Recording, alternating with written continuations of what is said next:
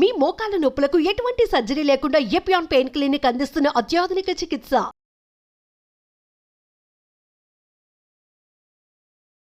Welcome to Suman TV. నేను మీ నవీన్. ప్రస్తుతం మనతో ఇంటర్నేషనల్ సర్టిఫైడ్ యోగా ట్రైనర్, అదేవిధంగా ప్రముఖ న్యూట్రిషనిస్ట్ హిమా పుప్పాల గారు ఉన్నారు. హాయ్ మ్యామ్, నమస్తే అండి. నమస్తే అండి. మ్యామ్, మంచిగా నీ పెయిన్ అనగానే నవీన్ చైర్లో కూర్చొని చేద్దామని చెప్పేసి అన్నారు. ఎందుకంటే నీ పెయిన్స్ అనగానే అయ్యో మేము చేయలేము ఈ ఎక్సర్సైజ్లు అని చెప్పేసి కొద్దిమంది నీకు సంబంధించిన ఎక్సర్సైజ్ అనుకుంటా ఉంటారు. కానీ కూర్చున్న చోటే కూర్చొని మీ మోకాల నొప్పుల్ని తగ్గించుకోవచ్చు ఈజీగా అని చెప్పేసి చెప్పారు. సో అవి ఎట్లా చేయాలి ఏంటనేది మేడం అడిగి తెలుసుకుందాం. నీ పెయిన్స్ అంటే నవీన్ గారు ఎక్కువ పెద్ద వయసు వాళ్ళు, సర్జరీస్ అయిన వాళ్ళు, సో అలాంటి వాళ్ళు మరి కింద కూర్చోలేరు కదా. సో వాళ్ళ కోసమే ఈ పర్టికులర్ ఎక్సర్సైజెస్. ఇది అంటే మెయిన్ ఇక్కడ స్ట్రెంత్ ఎంత వస్తుంది అంటే స్ట్రెంథనింగ్. ఎప్పుడైనా సరే, ఇప్పుడు ఒకవేళ ఇక్కడ నొప్పి ఇక్కడ ఉందనుకోండి, ఆ చుట్టూ ఉన్న భాగాన్ని మనం స్ట్రెంథనింగ్ చేస్తాము. సో చాలా మంది ఇమీడియట్ గా ఆ పర్టికులర్ మీద ఎక్సర్సైజ్ గబగబా చేస్తే పెయిన్ వస్తుంది తప్ప మనకి రిజల్ట్ ఉండదు. సో ఇప్పుడు నిదానంగా వెళ్ళాలి. ఇక్కడ నొప్పి ఉందంటే చుట్టూ ఉన్న మసిల్స్ ని స్ట్రెంథనింగ్ చేసుకుంటారు. సో అందుకోసమే ఈ చైర్. సో ఇది ఏంటంటే ఎంతటి నొప్పి ఉన్నా, ఎంత పెద్ద వయసు వాళ్ళన్నా చక్కగా మీ ఇంట్లో చైర్లు అవైలబుల్ ఉంటాయి కాబట్టి చైర్ మీద కూర్చొని ఈజీగా చేసేసుకోవచ్చు. ఓకే. ఎట్లాంటి ఫుడ్ తీసుకోవాలి మ్యామ్? ఎందుకంటే యాజ్ ఎ న్యూట్రిషనిస్ట్ గా మీరు ప్రతి వీడియోలో కూడా ఫుడ్ ని చెప్తా ఉంటారు. ఇంపార్టెంట్ అనేది ఫుడ్ కి చాలా పెద్దపీట వేస్తా ఉంటారు. సో ఎట్లాంటి ఫుడ్ తీసుకోవాలి? ఇట్లా అంతేనండి, సమతుల్య ఆహారం, nutritious food, calcium, vitamins, minerals అన్ని కరెక్ట్ గా ఉన్నాయా లేదా మీ ఫుడ్ లో చెక్ చేసుకోవాలి. అలానే చాలా మంది నవీన్ గారు మెడిసిన్ అనగానే భయపడిపోతుంటూ ఉంటారు. మనం తినే ఆహారంలో కొంతమంది బాడీస్ కి అన్ని అందవు. అలాంటప్పుడు సప్లిమెంటేషన్స్ అనేది ఇంపార్టెంట్. మెడిసిన్లు, పెయిన్ కిల్లర్లు వేరు, సప్లిమెంటేషన్ వేరు. అంతే, సప్లిమెంటేషన్ అంటే మనకు ఆహారంలో అన్ని దొరకట్లేదు ఆర్ బాడీకి అన్ని పట్టినప్పుడు మీరు రైట్ టైంలో, అంటే చిన్నగా స్టార్ట్ అవుతున్న టైంలోనే డాక్టర్ దగ్గరికి వెళ్ళి సప్లిమెంట్స్ త్రూ వైటమిన్ డి కానీ కాల్షియం కానీ ఇవి తీసుకుంటే మీకు అవి పెద్దగా అవ్వకుండా ఈ ఎక్సర్సైజ్తో నార్మల్గా కంటిన్యూ చేసుకోవచ్చు. నేను ఇవి వాడక ఎక్సర్సైజ్ చెప్తే అది ముదిరిపోయి కింద కూర్చోలేని పరిస్థితికి తెచ్చుకుంటారు చాలా మంది. అండ్ ఎక్కువ మంది ఇది ఆడవాళ్ళలో జరుగుతుంది. ఎందుకంటే రాంగ్ పోస్చర్స్, స్టవ్ గట్టు దగ్గర ఎక్కువసేపు నుంచోటమే కానీ రాంగ్ పోస్చర్స్ లో ఒక కాలు మీద బరి వేస్తాము. ఫుడ్ ఏదైతే ఉందో మనం చెప్పాలి సరిగా వేస్తాము. కాల్షియం రిచ్ ఎక్కువ ఎందులో ఉంటుందండి మనం తీసుకునే ఫుడ్లలో? ఇది దేని నుంచో మనం తీసుకోవచ్చు. కొన్ని చాలా మంది పాలు పాలు పాలు అని అంటారు. పాలు కాకుండా ఇంకో వేరే సోర్సెస్ కూడా ఉంటాయి. సో మిల్క్ ఒకటే కాదండి, మిల్క్ ప్రోడక్ట్స్ నుంచి వస్తుంది. స్ప్రౌట్స్ తీసుకోండి. ఓన్లీ కాల్షియం అనే కాకుండా రాగి, ఎప్పుడైతే రాగి పిండి సంబంధించినవి ఏవైనా సరే, రాగి రొట్టె కానీ జావ కానీ మజ్జిగతో కలుపుకుని తాగటం వల్ల ఇవన్నీ కూడా మన బోన్స్ కి, జాయింట్లకి చాలా ఇంపార్టెంట్. నువ్వుల పాలు కూడా మంచిది అంటారు కదా. అదే అంటున్నా, ఏది ఒకటి సరిపోతుంది అని ఉండదు. మీ బాడీకి అన్నీ కావాలి. సో అందుకోసమనే మధ్యలో ఒకసారి చెక్ చేయించుకుని, ఒక్కోసారి వైటమిన్ డి సరిపోతే కూడా మీకు జాయింట్ పెయిన్లు వస్తాయి. సో వైటమిన్ డి అంటే సూర్యరశ్మి మనము ఎక్స్పోజ్ అవ్వట్లేదు. అపార్ట్మెంట్ కల్చర్ వచ్చిన తర్వాత సూర్యుడు రావట్లేదు. 10 పావు గంట అయినా సరే ఉండాలి. సన్ పైకి వెళ్ళి టెర్రస్ మీద కాసేపు సన్ కి ఎక్స్పోజ్ అయ్యి కాసేపు కూర్చోటం వలన ఇది కుదరని పక్షంలో మరి మీకు సప్లిమెంట్ ఏది కాదు అంటే ఖచ్చితంగా మోకాళ్ళు నొప్పులు సివియర్ అయిపోతుంది. ఎట్లాంటి ఎక్సర్సైజ్ ఉన్నాయండి? ఈ చైర్ మీద కూర్చుని ఫస్ట్ వార్మప్, ఏ ఎక్సర్సైజ్ అయినా వార్మప్. ఇప్పుడు దీనికి కూడా వార్మప్ ఇలాగా జస్ట్ టోస్ మీద అప్ అండ్ డౌన్ చేస్తే వార్మప్ లాగా అవుతుంది అనమాట. సడన్గా ఎక్సర్సైజ్ చేయకుండా ఇలా చేసినా కూడా బ్లడ్ పంపింగ్. అండ్ ఈ ఎక్సర్సైజెస్ సాఫ్ట్వేర్ ఎంప్లాయీస్ చైర్ల దగ్గర ఎక్కువసేపు కూర్చుని కాళ్ళు లాగేసి మోకాళ్ళ నొప్పులు వచ్చేస్తాయి. బ్లడ్ పంపింగ్ సరిగా అవ్వని వాళ్ళకి కూడా అదే చైర్ మీద మధ్య మధ్యలో మూవ్మెంట్ ఇవ్వడం వలన రక్త ప్రసరణ జరుగుతుంది. కాళ్ళు తిమ్మిర్లు పట్టేటాలు, కాళ్ళ నొప్పులు రాకుండా, మోకాళ్ళ నొప్పులు ఫ్యూచర్లో రాకుండా హెల్ప్ అవుతుంది. చాలా. సో ఫస్ట్ ఎక్సర్సైజ్ ఏంటంటే, మీ కాళ్ళు రెండు కింద పెట్టి ఒక కాల్ని పైకి లిఫ్ట్ చేసి స్లోగా, ఇలా ఫాస్ట్గా మూమెంట్ ఇవ్వకుండా స్లోగా లిఫ్ట్ చేసి మోకాల్ని ఇలా టైట్ చేసి వేళ్ళని మీ వైపు లాగటానికి ట్రై చేయండి. ఇలా చేసినప్పుడు ఇది కాఫ్స్ అంటారండి, ఇది హ్యామ్ స్ట్రింగ్.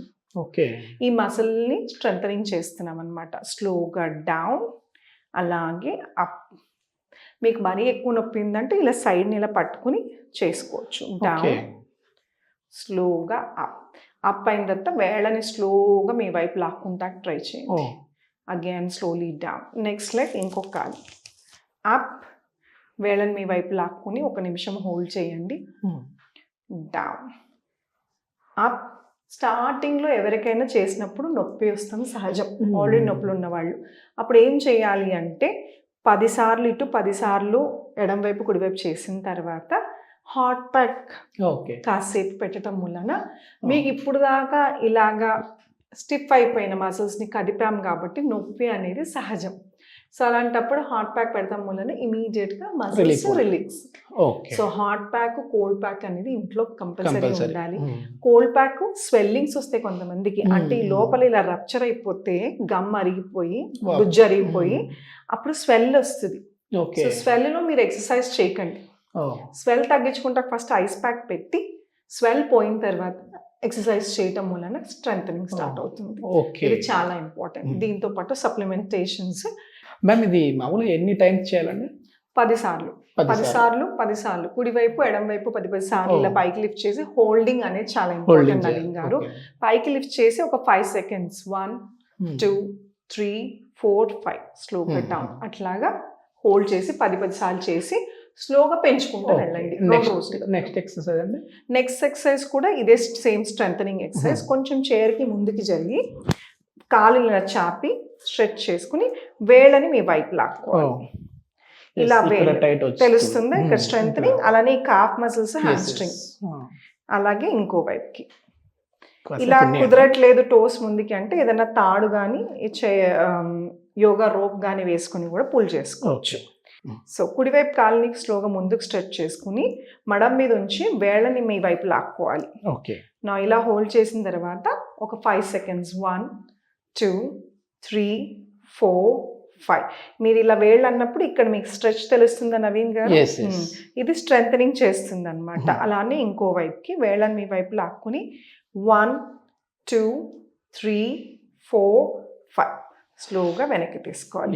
ఇలాగా 10 సార్లు ఏ ఎక్సర్సైజ్ అయినా 10 సార్లతో స్టార్ట్ చేసి పెంచుకుంటా వెళ్ళాలి. టైమ్స్ ఎన్ని టైమ్స్? 10 టైమ్స్. ఇది కూడా 10 టైమ్స్. ఏదైనా సరే నిదానంగా స్టార్ట్ చేయండి. 2 రోజులు అయిన తర్వాత అది 15 సార్లు చేయండి.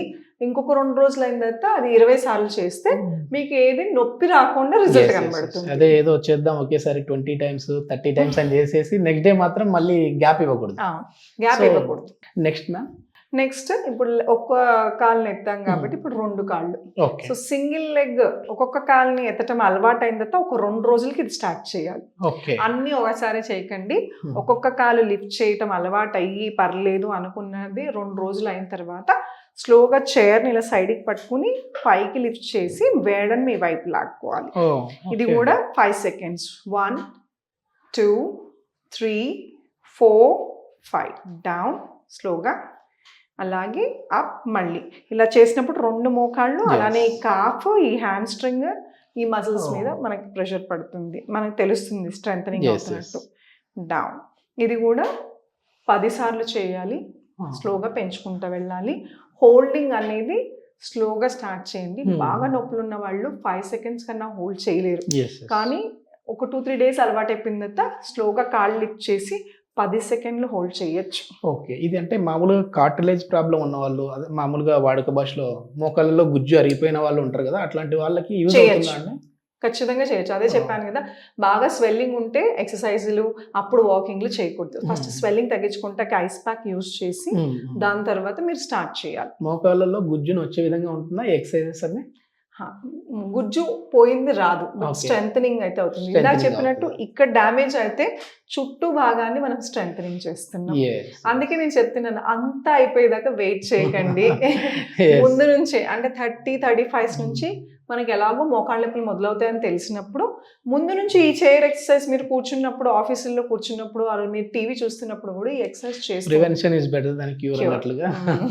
ఓకే మ్యామ్, ఇప్పుడు మోకాళ్ళ నొప్పులు ఉన్న వాళ్ళు అసలు వాకింగ్ చేయొచ్చా చేయకూడదా? చేస్తే ఎంతసేపు చేయాలి? ఎన్ని కిలోమీటర్స్ చేయాలి? మోకాళ్ళ నొప్పులు ఉన్న వాళ్ళు వాకింగ్ అనేదండి అది పెద్ద subject, separate topic. So walking చేసే వాళ్ళు నవీన్ గారు గతుకులు లేని రోడ్డు, సాఫీగా నీట్గా ఉన్న రోడ్లోనే ఎంచుకోవాలి. ఓకే. 2 ప్రాపర్ ఫుట్వేర్, చెప్పులు అనేది చాలా మేజర్ రోల్ ప్లే చేస్తుంది.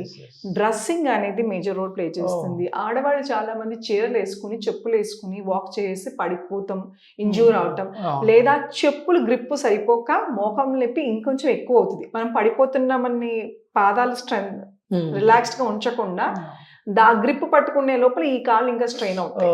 సో ప్రాపర్ షూ వేసుకోవటం, అలానే మోకాళ్ళ నొప్పి లైట్ గా ఉన్న వాళ్ళు నీ క్యాప్స్ అని దొరుకుతాయి, అవి వేసుకుని వాక్ చేయాలి.